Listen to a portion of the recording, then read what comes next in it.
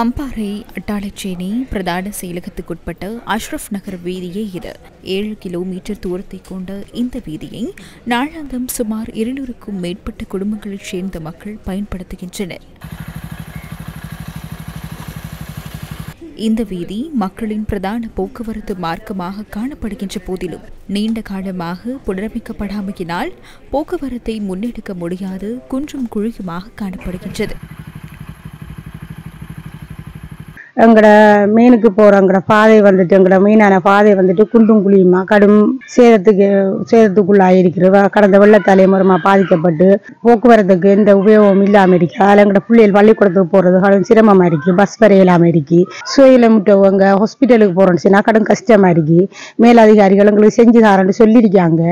அதை மேலதிகார கவனத்திற்கு நாங்கள் சொல்கிறோம். எங்களுக்கு கொஞ்சம் சீக்கிரமாக செஞ்சு தரது கொஞ்சம்.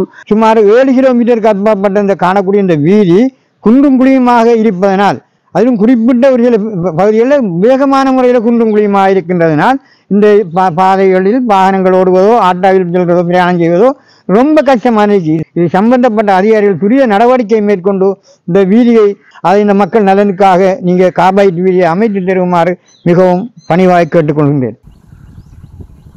விரைவில் இந்த வீதி புனரமைக்கப்பட வேண்டும் என்பதே இந்த மக்களின் ஒருமித்த கோரிக்கையாகும்.